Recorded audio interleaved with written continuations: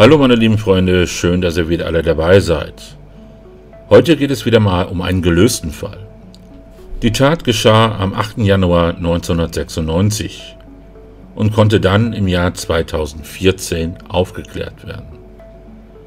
Es geht um den Mord an dem damals 52-jährigen Josef Enzensberger. Die Tat galt als sehr mysteriös, da es keinen Hinweis auf ein Motiv gab. Tja, und die Auflösung bzw. der Grund, warum Josef getötet wurde, ist dann auch dementsprechend skurril. Aber fangen wir mit der Fallbeschreibung an. Dargestellt wurde der Fall in der Aktenzeichen XY-Sendung vom 20. Februar 2008. Am Montag, dem 8. Januar 1996, dem Tattag, ist eine Zeugin, die im Köpkeweg wohnt, in der Waschküche und wäscht dort gerade Wäsche. Um kurz vor 9 Uhr hört sie Folgendes: Guten Morgen, Herr Enzensberger. Und dann mehrere Schüsse. Die Zeugin hat Angst und geht erstmal nicht aus dem Gebäude raus, da die Schüsse vom Hauseingang kommen und sie vermutet, dass der Täter noch dort ist.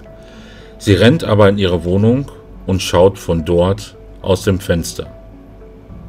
Dann kann sie einen Toten sehen, der vor dem Haus liegt.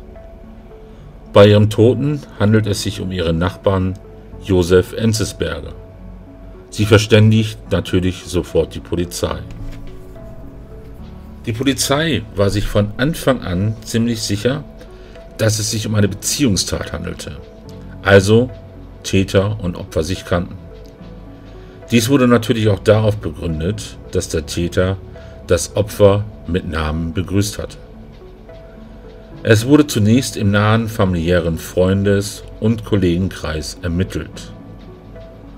Josef Enzensberger war an der Beamtenfachhochschule in Herrsching, in der zukünftige Finanzbeamte ausgebildet werden, seit vielen Jahren in der Bibliothek beschäftigt. 3 Wochen vor der Tat, an einem Sonntag, bemerkte seine Frau, dass es ihm nicht besonders gut ging. Er ging aber trotzdem am Montag zur Arbeit, brach aber dort bei der Arbeit zusammen und musste sich in ärztliche Behandlung geben. Ab diesem Zeitpunkt bis zu seinem Todeszeitpunkt blieb er dann wohl zu Hause. Und nach der Aussage seiner Frau war er wohl wirklich krank, da er nur Säfte zu sich genommen hat. Das Ehepaar Enzensberger lebt in einem Mietshaus im Köpkeweg. Josef Enzensberger wird als hilfsbereiter und korrekter Mann beschrieben. Aber anscheinend muss es jemanden geben, der ihn so sehr hasst, dass er einen Mord begeht. Und in der filmischen Darstellung bekräftigt der Kommissar noch einmal, dass Josef Enzensberger mit Sicherheit kein Zufallsopfer war, da er ja vom Täter namentlich angesprochen wurde. Die Polizei spekulierte dann, ob Josef Enzensberger nicht vielleicht ein Doppelleben geführt hat und als Doppelleben, dass er dann eventuell Kontakte ins Rotlichtmilieu hatte. Und in der Szenerie kommt dann die Ehefrau nochmal zu Wort und sagt, dass sie sich nicht vorstellen kann, dass ihr Mann ein Doppelleben hatte, da er nie über Nacht außer Haus war. Er wäre, wenn er alleine wegging, nur zu seinem Stammtisch gegangen. Die Polizei stellt dann umfangreiche Ermittlungen an. Es werden erst einmal 300 Zeugen vernommen, darunter natürlich auch die Mitglieder seines Stammtisches. Es wurden sämtliche Waffen von Waffenbesitzern aus dem Bereich Starnberg und Herrsching mit Vergleichsbeschuss untersucht, also die Waffen und natürlich nur von registrierten Waffenbesitzern. Von seinem Arbeitsplatz der Beamtenfachhochschule werden 1173 Personen überprüft, aber alles ohne Ergebnis. Man kann sagen, dass die Polizei viel unternommen hat, um den Täter nach ihren Gedanken, dass Täter und Opfer sich kannten, zu ermitteln, aber alles ohne Erfolg. Die Frau von Josef Enzensberger arbeitet halbtags als Haushälterin. Auch am Tattag, dem 8. Januar 1996, verlässt sie wie üblich um 7:30 Uhr das Haus und fährt zur Arbeit. Bevor sie zur Arbeit geht, frühstückt das Ehepaar an diesem Morgen wie üblich zu Hause. Dann kommt erneut in dieser filmischen Darstellung der Kommissar zu Wort und bekräftigt erneut, dass er sicher ist, dass es eine Vorgeschichte gibt und Josef Enzensberger den Täter gekannt hat. Weiterhin ist er sich sicher, dass die Beziehung von Josef Enzensberger und dem Täter so eng war, dass kein Außenstehender diese Beziehung mitbekommen hat. Diese Aussage scheint mir aber ein bisschen merkwürdig. Eventuell hat er sich da auch falsch ausgedrückt, denn meiner Meinung nach, gerade wenn eine Beziehung sehr eng ist, sprich zu einem Partner, besten Freund oder Freundin, bekommt es ja das Umfeld mit. Der Kommissar vermutet, dass man schon am Täter relativ nahe dran war, aber aufgrund fehlender Hinweise und dessen absolut unauffälligen Verhaltens es noch nicht möglich war, ihn zu ermitteln. Der Täter ist dann circa um 8:45 Uhr vor dem Haus aufgetaucht. Und man geht davon aus, dass aufgrund des abgestellten Wagens vor dem Haus von Josef Enzensberger der Täter erkennen kann, dass dieser zu Hause ist. Dass er allerdings jetzt gleich das Haus verlässt, diesbezüglich konnte sich der Täter aber nicht sicher sein. Eventuell hat er auch geplant, ins Haus hineinzugehen. Als Josef Enzensberger dann das Haus verlässt, begrüßt ihn der Täter und schießt auf ihn. In dieser Darstellung wird dann gesagt, dass er von 4 Kugeln getroffen wird und sofort tot ist, da ihn eine der Kugeln direkt im Herz traf. Ob der Täter dann zu Fuß oder mit einem Fahrzeug geflüchtet ist, ist unbekannt, da niemand den Täter gesehen hat. In der Nachbesprechung geht der Kommissar nicht von einem Auftragstäter aus. Er begründet dies mit der Tatwaffe, da dies eine untypische Waffe für solche Taten ist und Auftragstäter dann generell andere Waffen benutzen. Die Polizei vermutet weiterhin, dass es kurz vor der Tat zwischen Josef Enzensberger und dem Täter zu einem größeren Streit gekommen ist. Dies könnte auch den Zusammenbruch von ihm erklären, ein paar Wochen zuvor. Und hier wird nochmal der Zeitraum, in dem Josef Enzensberger zusammenbrach, nochmal genauer definiert, und zwar kurz nach Weihnachten. Weiterhin ermittelte die Polizei dann in Richtung der Ehefrau, da man vermutet, dass es eventuell mit der Lebensversicherung, die Josef Enzensberger abgeschlossen hat, zu tun haben könnte. Allerdings lief diese Lebensversicherung nur über eine Summe von 15.000 Mark. In einem anderen Bericht wird da über 16.000 Mark gesprochen. Diese wurde dann später auch an die Ehefrau ausgezahlt. Aber kurz danach wird dann klar, dass sie sich nicht an dem Geld aus der Lebensversicherung bereichern wollte. Denn sie hat die Summe aus der Lebensversicherung als Belohnung ausgesetzt. Und damit wurde dann auch die Vermutung der Tatbeteiligung der Ehefrau ausgeschlossen. Aber wie wurde der Fall jetzt gelöst? Wer war der Täter? Hatte Josef Enzensberger tatsächlich ein Doppelleben? Insgesamt 25, in einer anderen Quelle werden 30 angegeben, Aktenordner füllte der Mordfall bei der Kriminalpolizei. Die Fahnder befragten im Laufe der Jahre rund 1300 Personen, überprüfte Dutzende Pistolenbesitzer und durchleuchteten das Leben des Opfers bis in den letzten Winkel. Sogar die Trauergäste bei der Beerdigung des 52-Jährigen wurden von den Ermittlern kontrolliert. Auch über ein Doppelleben des Mannes wurde offen spekuliert. Doch Enzensberger verkehrte nicht in dubiosen Nachtlokalen, hatte weder Spielschulden noch Feinde oder heimliche Freundinnen. Und dann ist es so richtig ein bisschen abstrus geworden bei der Polizei, denn die Ermittler mutmaßten sogar, er selber habe einen Killer auf sich angesetzt, um der Ehefrau eine Lebensversicherung zukommen zu lassen.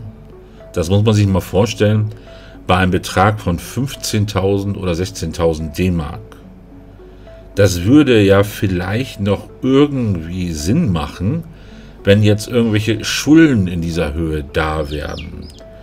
Ja, wo jetzt dementsprechend die Zukunft der beiden auf dem Spiel stehen würde. Und selbst wenn es sich vielleicht um einen Kredit wegen einer Wohnung oder wegen eines Hauses handeln würde, und das wären 15.000 oder 16.000 D-Mark, also auch da würde sich mit Sicherheit eine andere Lösung finden lassen, als dann so etwas abzuziehen. Das hätte man unter Umständen in Erwägung ziehen können, meine ich, wenn die Lebensversicherung jetzt richtig hoch wäre, so 100, 150, 200.000 Mark, und er vielleicht schwer krank wäre und das Geld eben etwas schneller benötigt wird, als er stirbt. Auch wenn das jetzt sehr makaber klingt, aber dann würde es vielleicht Sinn machen. Aber so meiner Meinung nach nicht. Und dann wird nochmal berichtet, dass der Fall voller Ungereimtheiten gewesen sei und auch die Witwe zeitweise eben in Verdacht geriet. Und darunter hat sie auch stark gelitten, sagte sie. Sie seien von der Kripo durch die Mangel gedreht und sogar verdächtigt worden. Sie hat jahrelang um die Aufklärung des Verbrechens gekämpft. Trotz 10.000 Euro Belohnung und einem Bericht in der TV-Sendung Aktenzeichen XY blieb dieser Fall ein Mysterium. Doch nun scheint der Fall endlich geklärt zu sein. Der Bibliothekar musste offenbar wegen einer banalen Verwechslung sterben. Der Täter hatte den 52-Jährigen mit dem damaligen Polizeichef des Ortes verwechselt. Dessen Name ähnelt dem des Opfers. Zudem war sein Eintrag ohne Adresse über dem Eintrag von Josef Enzensberger im Telefonbuch aufgelistet. Und zudem war, wie auf Fotos zu erkennen ist, also die habe ich jetzt mal nicht eingeblendet, eine Ähnlichkeit der beiden Männer nicht von der Hand zu weisen. Und das stimmt tatsächlich, also ein bisschen ähnlich haben die beiden sich schon gesehen. Die Staatsanwaltschaft in München ist jedenfalls von der Verwechslung überzeugt, haben damals die Medien übereinstimmend berichtet. Und die entscheidenden Hinweise zur Aufklärung der Tat bekamen die Ermittler ausgerechnet vom mutmaßlichen Täter selbst. Denn der Münchner, der psychisch krank ist, hatte sich bereits im Vorjahr seinem behandelnden Psychiater anvertraut. Dem Arzt hat der Mann gestanden, dass er vor längerer Zeit jemanden in Hersching erschossen habe. Und der Psychiater gab die Aussagen seines Patienten an die Münchner Polizei dann weiter. Und die haben ihn daraufhin vernommen. Und die sagten dann, die Schilderung des Mannes von der Tat seien sehr glaubhaft, erklärte damals ein Sprecher der Staatsanwaltschaft. Es gebe keine vernünftigen Zweifel, dass der Mann die Tat vor 18 Jahren begangen habe. Und der Geständige wurde deshalb schon im vergangenen Dezember in eine psychiatrische Klinik eingewiesen. Und der Mordprozess sollte dann im September beginnen. Und auch die Frage, warum der ehemalige Polizeichef des Ortes sterben sollte, konnte geklärt werden. Der mutmaßliche Mörder des Bibliothekars hatte sich seinen Angaben zufolge vom heute 73 Jahre alten bedroht gefühlt, als er in der Polizeiwache mit den Beamten über einen Vorfall gesprochen habe. Und einige Tage später fuhr der Arbeitslose dann zu der Adresse, die er sich aus dem Telefonbuch notiert hatte. Dort war er sich zunächst sicher, den Polizeichef angetroffen zu haben. Seinen tödlichen Irrtum habe er allerdings sofort nach den Schüssen bemerkt, so die Staatsanwaltschaft. Sein eigentliches Opfer ist heute in Pension und er war selber damals an den Ermittlungen beteiligt, und dass er selbst eigentlich das Opfer hätte sein sollen, das wäre ihm jedoch nie in den Sinn gekommen. Hätte der Mann die Tat nicht selbst gestanden, wäre das auch nie rausgekommen. Davon ist er auf jeden Fall überzeugt. Ihm laufe es durchaus heute manchmal eiskalt den Rücken runter, wenn er an den Fall denke. Dann fragt er sich, wo hätte er mir auflauern können? Was wäre mit mir passiert? Und was sagt die Witwe des Opfers?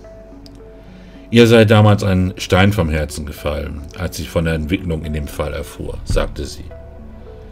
Mein Mann ist rehabilitiert. Ich bin froh darüber. Ich selber habe ja schon immer gewusst, dass er nichts getan hat. Ja, ist natürlich eine extreme Belastung, wenn dem Mann dann dementsprechend Doppelleben angedichtet wird. Eventuell Kontakt zum Rotlichtmilieu. Oder dass er das Ganze selber organisiert hat. Oder eben auch, dass sie dementsprechend einen Auftragskiller organisiert haben soll. Ich denke mir schon, dass das ziemlich belastend für die Witwe war. Aber wie kam es denn nun dazu, dass der Täter den Polizeichef erschießen wollte? Da muss es ja natürlich auch einen Grund geben. Und das Ganze war so. Und zwar war der Täter, Klaus G., am 4. Januar 1996 in der Klosterkirche in Andechs. Und dort soll er einen Mann, der fotografiert hat, die Kamera aus der Hand geschlagen haben. Dann habe er der Polizei in Herrsching gemeldet, dass die Mitglieder der Russenmafia Bilder im Altarraum des Klosters machen würden. Er hat das später revidiert, er sagte dann, er hatte nicht gesagt Russenmafia, sondern allgemein Mafia. Klaus G. war damals schon jahrelang in nervenärztlicher Behandlung. Seit 1982 leidet er an einer schizoaffektiven Psychose. Und während er den Polizisten dann von dem vermeintlichen Mafioso berichtete, kam er zu dem Glauben, dass der örtliche Polizeichef selbst Mitglied der Mafia war und ihn umbringen lassen würde, weil er zu viel wisse. Und 4 Tage später fährt Klaus G. dann eben wieder nach Herrsching. Und es wird so beschrieben als nasser, schneematschiger Wintertag. Er geht dann zu einer Telefonzelle und sucht im Telefonbuch nach dem ehemaligen Polizeichef, der übrigens Max Enzbrunner heißt, und verwechselt ihn mit Josef Enzensberger. Und gegen 9:45 Uhr steht dann jetzt dort, nicht 8:45 Uhr, wie es sonst geschrieben wurde. Ich weiß jetzt nicht, welche Uhrzeit richtig ist. Es kann auch sein, dass man sich hier verschrieben hat. Also gegen 9:45 Uhr oder 8:45 Uhr steht er dann auf dem Anwesen des Bibliothekars, der gerade das Haus verlässt. Er hält ihn für den Polizeichef. Offenbar, weil auch der ein Oberlippenbart trägt. Eine Nachbarin, die gerade im Waschkeller ist, hört nach ein freundliches Guten Morgen, Herr Enzensberger. Und dann fallen 5 Schüsse. Nicht wie in den anderen Berichten gesagt, 4 Schüsse. Einer trifft Josef Enzensberger in den Bauch und danach fällt er wohl und wendet sich vom Täter ab. Denn die nächsten Schüsse treffen ihn am Arm und im Rücken. Und eine Kugel durchschlägt seine Lunge und das Herz.